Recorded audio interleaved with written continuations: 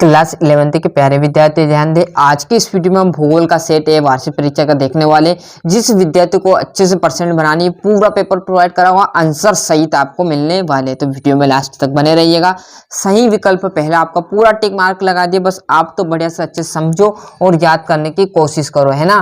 Clear. पहला सही विकल्प आपके सामने आ जाएगा, निम्नलिखित में से किस विद्वान ने भूगोल शब्द का प्रयोग किया? तो एरेटोस्थेनीज ने किया हुआ था। जल योजना प्रक्रिया निम्नलिखित पदार्थों में से किससे प्रभावित होती है? तो लवण को। वायुदाब मापन वाला वायुदाब मापने का यंत्र है तो बैरोमीटर। जैव विविधता को संरक्षण निम्न में से किसके लिए महत्वपूर्ण है? सभी जीवधारियों के लिए महत्वपूर्ण, जंतु के लिए, पौधों के लिए और पौधों एवं प्राणी के लिए, दोनों के लिए, है ना। तो सभी जीव आ जाएगा, सभी के लिए वे है। डाटो बेटा चोटी निम्नलिखित में से कौन सी पहाड़ी श्रृंखला में स्थित है? तो नल्ला माला में, है ना। भारत का प्राचीन स्थल खंड कौन सा है? तो प्रायद्वीपीय पठार, है ना। रिक्त स्थान में भले आपको कुछ नहीं करना, आपको बस जितना हो सके यहाँ पर, जब तक प्रश्न मात्र 2 मिनट से ज्यादा नहीं लेने वाला हूँ, पूरा समझिएगा, जितना समझ में आ जाए समझिएगा, है ना। भूतल पर वह बिंदु जो भूकंप के उद्गम केंद्र के समतापी होता है कहलाता है अधिकेंद्र। बहुत सी संबंधित भू आकृति मिलकर बनाती है तो भूदृश्य बनाती है। सबसे अधिक ग्रत महासागर में मिलते हैं तो प्रशांत, है ना, प्रशांत महासागर। विदेश आ जाएगा, भारत विश्व का बड़ा देश है तो 7वां बड़ा देश है, कौन सा? 7वां। और भारत के पड़ोसी द्वीपों देश कौन सा? एक तो श्रीलंका और मालदीव। क्लियर। ये रिक्त स्थान थे। जस्ट आप पक्ष पलटोगे तो आपको मिल जाएगी जोड़ी। तो पृथ्वी का घनत्व हो जाएगा आपका 5.5 ग्राम प्रति घन सेंटीमीटर। नदी के द्वारा बने घुमाव को क्या कहते हैं? तो विसर्प कहा जाता है। क्या कहा जाता है? विसर्प। सूर्य तप तो क्या हो जाएगा? तीसरा आने वाला सौर विकिरण।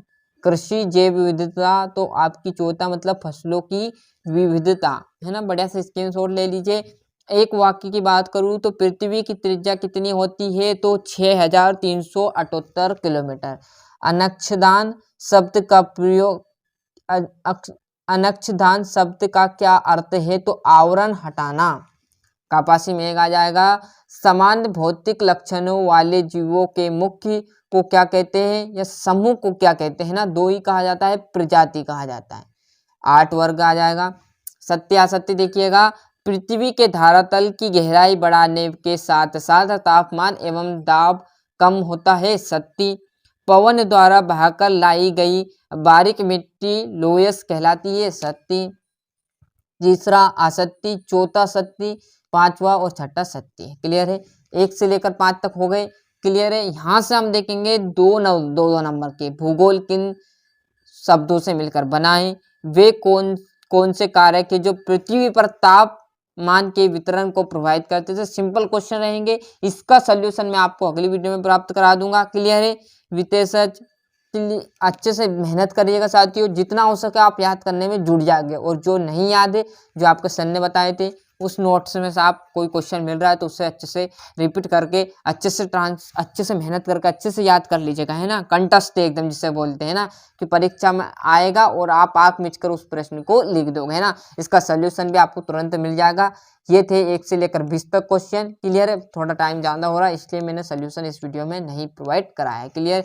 ये था भूगोल का सेट ए। और आल सब्जेक्ट मतलब आपके आल सब्जेक्ट के पेपर डल रहे हैं, चाहे वो भूगोल हो, हिंदी हो, रसायन हो, जीव विज्ञान हो, इतिहास हो, मैथ्स हो। क्लियर। सभी के पेपर प्रोवाइड हो रहे। नहीं देखे तो चैनल पर जाइएगा और जल्दी से चैनल पर जाकर सभी सब्जेक्ट के पेपर देख लीजिएगा। क्लियर है। मिलते हैं इसके अगले वीडियो में।